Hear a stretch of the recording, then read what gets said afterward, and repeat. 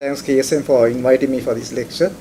So from the onset, I would like to say that this is more of a surgical topic, so I want to make it kind of more of a general topic, so that I'm not going into the intricate details of surgical procedures and the investigation that we do.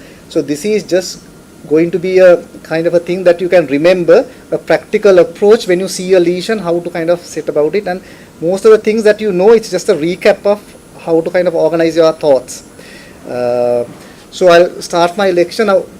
Space occupying lesion is, if you know, it's straightforward. It's a focal lesion, and you have two varieties. One is that you get a incidentally diagnosed thing where you do ultrasound scan for some other reason, and then you happen to see a lesion. The common presentation is when a patient comes to you, you investigate him on certain lines, and then you will detect a liver lesion. So those are the two possibilities, two ways that one can present to you, right?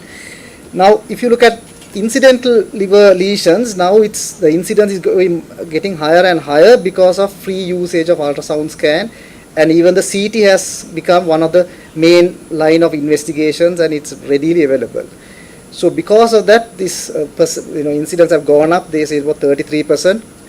And actually, we don't know whether in the population it is so, but they have the recent studies show that about 50% of the autopsy studies done in the recent past shows that there are lesions in the liver which was undiagnosed. So this bit of demography, don't worry, I'm not going to talk about these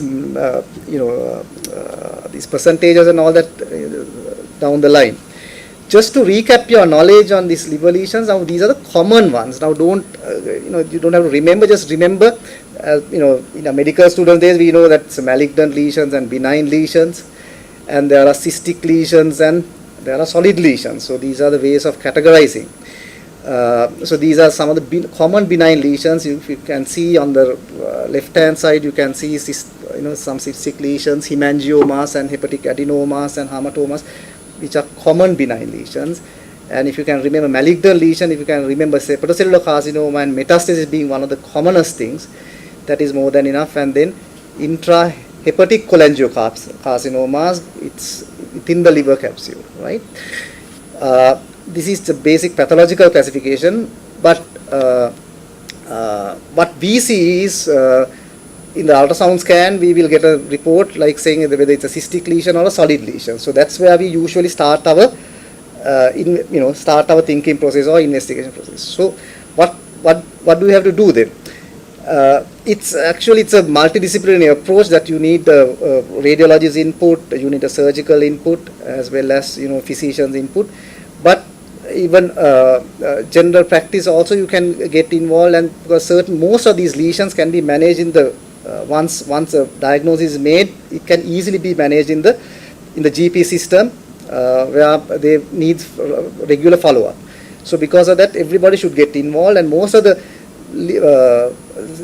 time what happens is when the diagnosis is made, even a benign lesion patient tends to come back to the hospital, where most of these patients can be actually discharged back to the clinics where they can be followed up in the clinics, because some of these lesions are really benign and we don't have to worry much, right?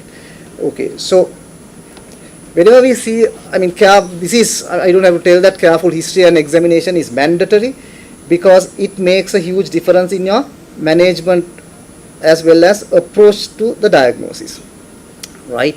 And most of these lesions nowadays can be easily diagnosed with a certainty with imaging facilities. Ultrasound scans are better now, CT scans are available, and MRI. So by these things, most of the lesions can be diagnosed. Now, cytological diagnosis and histological diagnosis is slightly falling out of flavor, because there are, one thing is that it has some complication rates, and other thing is that since the imaging modality is very sensitive and specific, you can just depend on the imaging facilities. But certainly there are certain situations where we need to do cytological and histological imaging. I will when it comes, I'll have a chat with you. Right. So now, in the history and examination, why we want the history and examination is to identify this patient's risk category, whether they fall into a kind of higher risk group with a liver lesion or whether they are, with a low risk group. So now high risk group categories are like patients who are having chronic hepatitis. There's a long list, right? Everybody can understand. So just when you're taking a history, if you just happen to notice that any of these things are there, like a hyperlipid lipidemia patient with, even fatty livers changes, or any patient with cirrhosis. So these patients fall into a high risk category where we have to be a bit concerned about these patients with liver lesions. Yeah, and these are some of the, this is not important. I think this is good for a medical student. When you have chronic liver disease, these are some of the some of the clinical features that we see, which I don't want to go into detail because most of the people here are seniors. So then you get into the low risk category where there is, in the history of the patient, if you take the history of the patient, there is no malignancy in the past, there is no chronic liver pathology, or probably maybe a younger age group, right? These patients fall into low risk category. So we can kind of ease off from these patients, right? And next important thing when you are assessing is the size of the lesion. Now, size of the lesion, less than 1 centimeter lesions, actually you don't have to worry much, right? Especially if they fall into low risk category. And if the patient is having any other risk factors which I mentioned earlier, then you must consider them again to review, or else have a MRI or some sort of imaging. MRI is the recommended thing, but some sort of imaging at our level, again in about 3 to 4 months time, to see whether there's any change in the lesion. 1.1 centimeter, more than 1 centimeter lesions, if it can clearly demonstrate that it's a benign lesion, we don't have to actually follow them up, right?